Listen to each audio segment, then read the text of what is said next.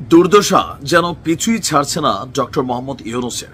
অন্তর্বর্তী সরকার গঠনের পর গেল 9 মাস যাবৎ এই সরকারের প্রধান সাপোর্টিং ভূমিকায় আমরা যে দুটো দলকে দেখেছি, এর মধ্যে একটা হচ্ছে এনসিপি আর একটা হচ্ছে বাংলাদেশ জামাত ইসলাম। এমনকি আগামী নির্বাচনের প্রধান স্টেক হোল্ডার হিসাবে যারা ভূমিকা রাখবেন তারা কিন্তু জামাত ইসলাম।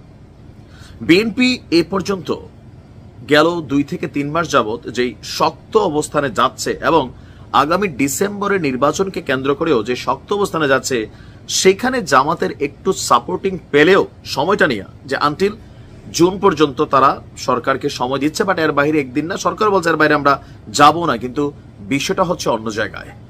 বন্দর গেল কয়েকদিন যাবৎ চট্টগ্রাম বন্দর বিদেশিদের কাছে তুলে দিচ্ছেন দাবি করে বিএনপি একের পর এক বিবৃতি দিচ্ছে যে চট্টগ্রাম বন্দর বাংলাদেশের একটা অন্যতম গুরুত্বপূর্ণ বন্দর। ডক্টর ইউনূস ভাবছেন এই বন্দরটার মেইনটেনেন্স বিদেশিরা যদি নেয় তাহলে বাংলাদেশের যারা কলাকুশলী আছেন তারা শিখবে, এখান থেকে শিখা ভবিষ্যতে সারা পৃথিবীতে তারা বন্দর মেইনটেনেন্স করতে পারবে, একটা নির্দিষ্ট সময়ের পর তারা চলে যাবে। কিন্তু বিএনপি ভাবছে দেশের সার্বভৌমত্ব, নিরাপত্তা এবং আরো অনেক ইস্যুতে এই জায়গাটা দেওয়ার সুযোগ নাই।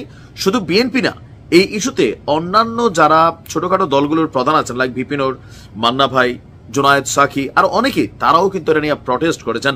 তারপরেও একটা মৌন সমর্থন ছিল জামাত ইসলামের। কিন্তু আবার সেই বন্দর ইস্যুতে ডক্টর ইউনূসের সিদ্ধান্তকে রুখে দেওয়ার জন্য সামনে এসেছে জামাত ইসলাম। জামাতের আমির ডক্টর শফিকুল ইসলাম বলছেন দেশের স্বার্থ যেখানে বিঘ্নিত হবে সেখানে কোনো আপোষ নয়। স্পষ্টভাবে বার্তা দিয়ে জামাত ইসলাম বলছেন যে দুইটা ইস্যু এই মুহূর্তে কনফ্লিক্ট, একটা হচ্ছে মানবিক করিডোর, এটার পক্ষে বাংলাদেশের কোনো মানুষই না, কারণ এটা আমরা নিজেদের সার্বভৌমত্ব, নিরাপত্তা হুমকির মুখে পড়বে। তো সেই জায়গাতে জামাতও ফাইনালি মনে করছে মানবিক করিডোর নৌ, বন্দরও নৌ।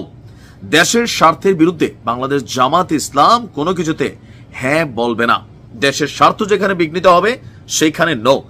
করিডোরের বিষয়ে স্পষ্ট বার্তা তিনি বলছেন যে যদি এটা করতে হয় তাহলে নির্বাচিত সরকারের মাধ্যমে পার্লামেন্টে বস করতে হবে।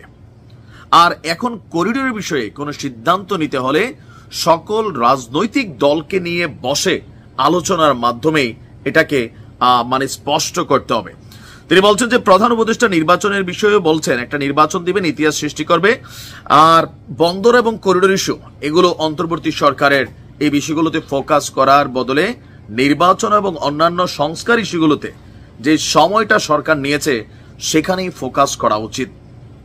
চট্টগ্রাম বন্দর এটার ব্যাপারে এই অন্তর্বর্তী বা ইন্টারিম গভর্নমেন্ট সিদ্ধান্ত নিতে পারে না বলেই সকল দলমত নির্বিশেষে আমরা দেখছি অবস্থানের ব্যাপারে। আবার এনসিপিও আপনার করিডোর ইস্যুতে কিন্তু তারা সরকারের বিরোধিতা করেছে, মৌন বিরোধিতা করেছে, শক্তভাবে কথা বলে নাই, তারপরে তারা বিরোধিতা করেছে।